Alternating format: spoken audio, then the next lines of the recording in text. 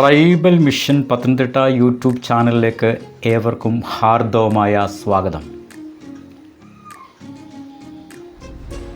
18 മലക്കോട്ടകളെക്കുറിച്ചും ആദിവാസികളുടെ വിശ്വാസത്തെക്കുറിച്ചുമാണ് ഇന്ന് നമ്മൾ ചിന്തിക്കുന്നത്.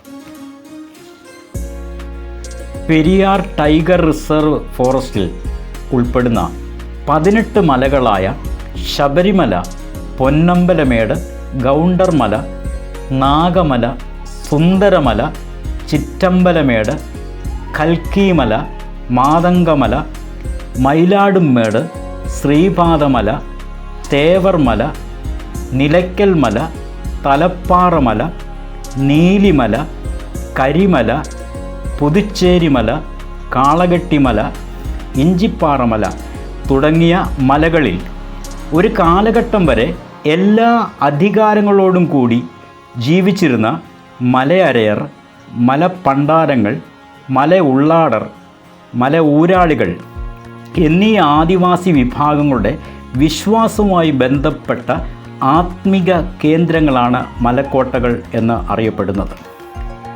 മലക്കോട്ടകൾ എന്നാൽ മലയുടെ ആത്മാവ് കുടിയിരിക്കുന്ന സ്ഥലം അഥവാ മലദൈവം കുടിയിരിക്കുന്ന സ്ഥലം എന്നാണ്.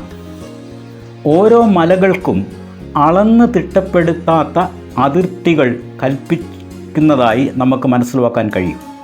ദൃശ്യമണ്ഡലത്തിലും അദൃശ്യമണ്ഡലത്തിലും ഇത്തരം അതിരുകൾ നിലനിൽക്കുന്നതായി നമുക്ക് മനസ്സിലാക്കാവുന്നതാണ്. വനവാസികളായ മനുഷ്യരും മൃഗങ്ങളും അവരവരുടേതായ ആവാസ വ്യവസ്ഥ കൃത്യമായി പാലിച്ചിരുന്നതായി ഈ മലകളെക്കുറിച്ചും കോട്ടകളെക്കുറിച്ചും പഠിക്കുമ്പോൾ നമുക്ക് മനസ്സിലാക്കാൻ സാധിക്കുന്നതാണ്.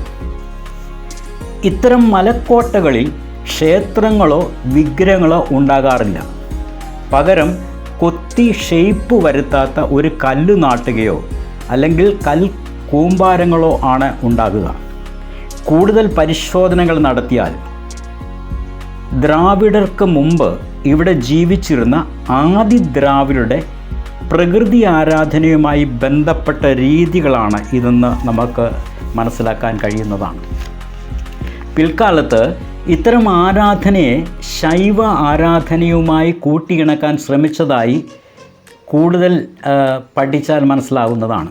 എന്നാൽ ഇത്തരം വീരാരാധനകൾ ഈ മലകളിൽ താമസിച്ചിരുന്ന ഒരു ആദി പിതാവിൻ്റെ ആത്മസങ്കല്പവുമായി ബന്ധപ്പെട്ടുള്ള ആരാധനയാണെന്ന് ചിന്തിക്കുന്നതിൽ തെറ്റില്ല. കാരണം ഇത്തരം കോട്ടകളിൽ കുടിയിരിക്കുന്ന ദൈവിക സങ്കല്പത്തെ അപ്പൂപ്പൻ എന്നാണ് ആദിവാസികൾ വിളിച്ച് ആരാധിച്ചു പോരുന്നത്. ഓരോ മലയ്ക്കും ഓരോ കോട്ടകൾ ഉള്ളതുപോലെ ഓരോ കോട്ടകൾക്കും ഒരു അമാനുഷിക ശക്തിയുടെ നിയന്ത്രണത്തിന് കീഴിൽ ആയിരിക്കും. ഇത്തരം അമാനുഷിക ശക്തികൾ ആദിവാസികൾ മലവില്ലൻ എന്നോ മലമല്ലൻ എന്നോ മല അപ്പൂപ്പനെന്നോ മലദൈവമെന്നോ വിളിച്ച് ആരാധിച്ചു പോരുന്നു.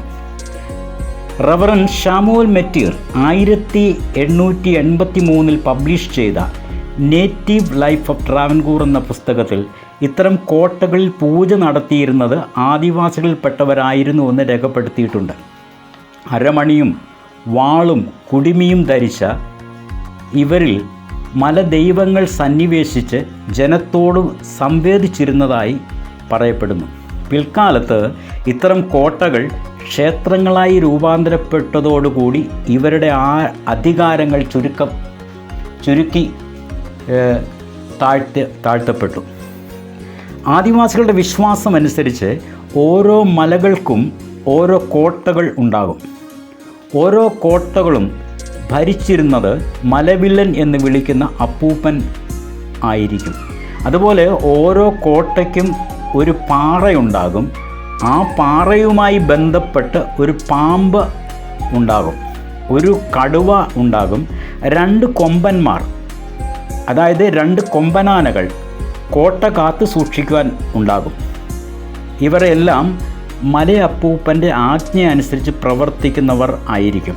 എന്നാൽ ഇവർ പരസ്പരം അതിരുകൾ ലംഘിക്കാറില്ല.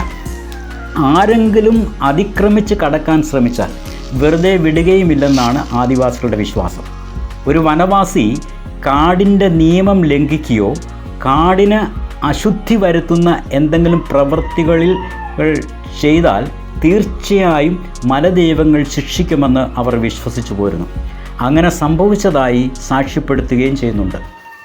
ഇത്തരം കോട്ടകളിൽ നടക്കുന്ന ആചാര അനുഷ്ഠാനങ്ങൾ അഥവാ പൂജകൾ മറ്റുള്ളവരിൽ നിന്നും തികച്ചും വ്യത്യസ്തമാണ്. മലശക്തിയെ വിളിച്ചു വരുത്തുക, ബന്ധപ്പെട്ട ആരാധനാ രീതികളും. നിർത്തുന്നു.